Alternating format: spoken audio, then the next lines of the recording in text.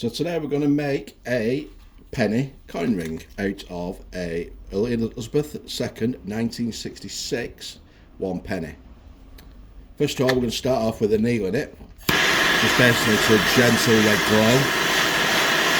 It's difficult to tell on camera, but you can just see the redness there. So I'll put that in some water now to anneal it. Give it a dry.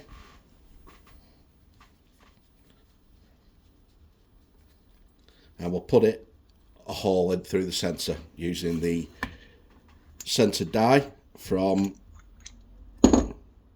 alfindings.com. It basically pushes it towards the centre. You screw this down and you get a perfect hole every time in the centre.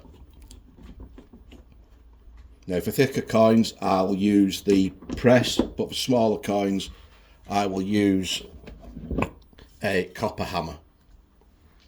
And there we go, nicely through.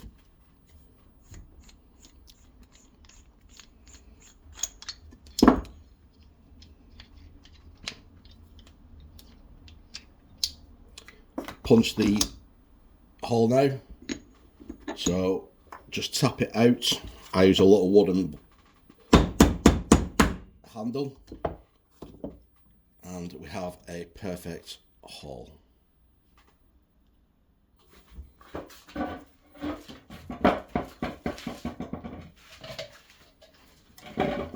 Next, what we need to do is just take a deburring tool like this, cheap on Amazon, and just gently take the inside of the rough edge off.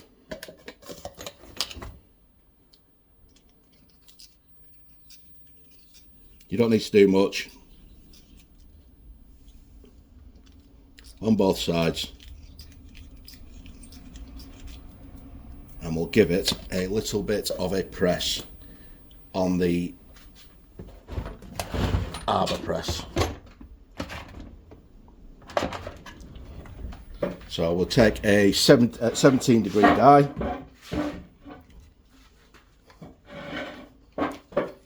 just level the camera up and put the coin in to one what fits nicely. That's perfect there, see? And using the shallowish cone, I'll give it a press and have a look. So it's starting to bend the ring out. You can get one more press out of that.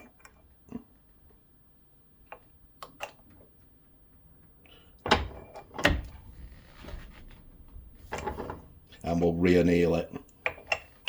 So we'll spin the camera around.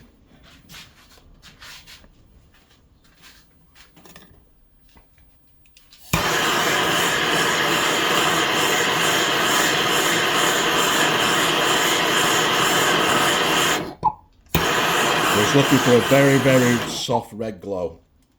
That's a bit too hot, but with copper it's not so bad. When I work with silver, I turn the lights off and just do it in the dark near enough so I can see when it's annealed. Also, you can use a Sharpie, and I will show you that in a minute. Now, what we're going to do is going to use a Delring cone. This is a bit softer, so it won't damage the details on the inside. And you need a small spacer underneath. One sec, might be needing a smaller die. Yep, smaller die needed.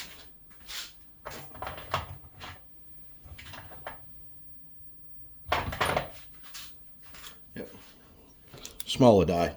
You don't want to be using a big die because you could push through and damage the points. So make sure it's level.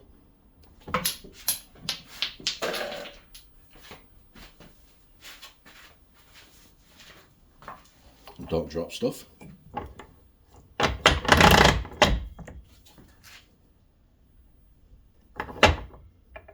And as you can see, we're near enough forming the ring. Let's give it focus. And what we'll do now is just one anneal. Every big movement of the ring, you want to re-anneal it. But I'll show you the Sharpie trick quickly. If you take just a Sharpie or any permanent marker and just give it a bit of a paint wherever, when you heat it up, like so,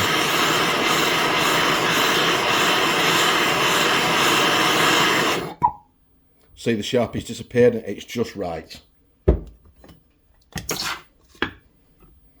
It's the nice way of doing it without basically overheating it. With bronze, you're not too bad, but with silver, you don't want to overheat it. So next, we're going to go on to the ring stretcher.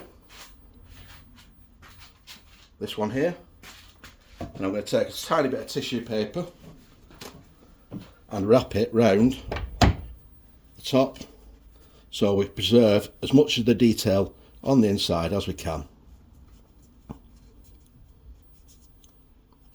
You always want to put cut edge down and rotate every punch of the handle. Once you feel it start to work harden, that is when you want to, there we go, just re-anneal it. You also want to check for splits around there. If you can't see any, you're generally good to go. I can't feel any, I can't see any, so I'm going to risk it. If it was a silver coin, I would basically just sand it every time, because silver's gone £1 a gram, so that's getting super crazy. If you watch for the Sharpie disappear, and we'll know it's ready. It's disappeared just about. Yeah, there we go. See? It's the perfect trick. If you were going to sand the end, just take a little bit of sandpaper and just clear that edge, and on the inside as well. I like to use a bit of a finer sandpaper on the inside, so I'm not hitting the detail as much. You want to give it a dry off every time you put it on your metal tools, because you don't want your tools to go rusty, because they do cost quite a bit of money, even the cheaper tools, believe it or not. So we're getting towards the end now. So one more stretch. Not going for any particular size, because I just like to play it by ear. So I like to just get that curve out there. See the curve? Zoom in a bit more. So there's a bit of a curve on this side, and this will stretch it out, and then we can reduce it down as much as we want. There's a few ways of doing that. We're just going to use the ring mandrel at the bottom today.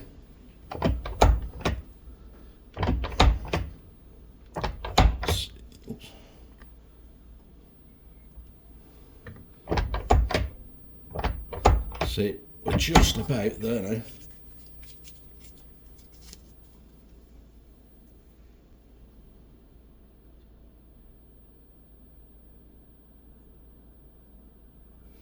So all we'll do is we'll zoom out a bit so we can see what we're doing.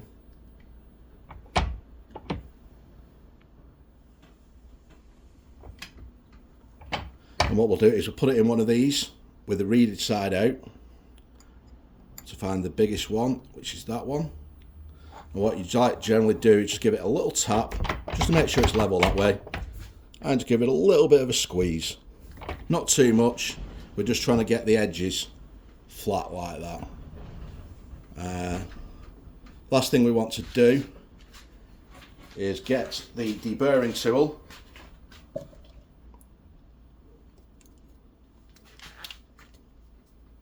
and just take the reeded edge off on the inside, because it's a little sharp. You rotate it every time you do it, because you don't get the same pressure and you want it as even and uniform as possible. And we'll give this a bit of a polish with the, I think we used a little hand wheel today. So run my finger around, I can't see any edges there. That edge is a little sharp, but just a very gentle one there. So we'll use my polishing wheel. Turn it on.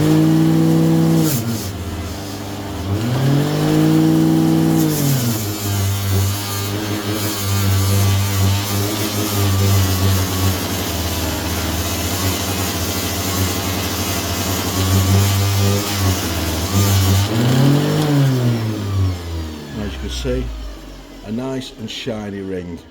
Now that in essence is done. The inside needs polishing up, but I'm going to call that a day.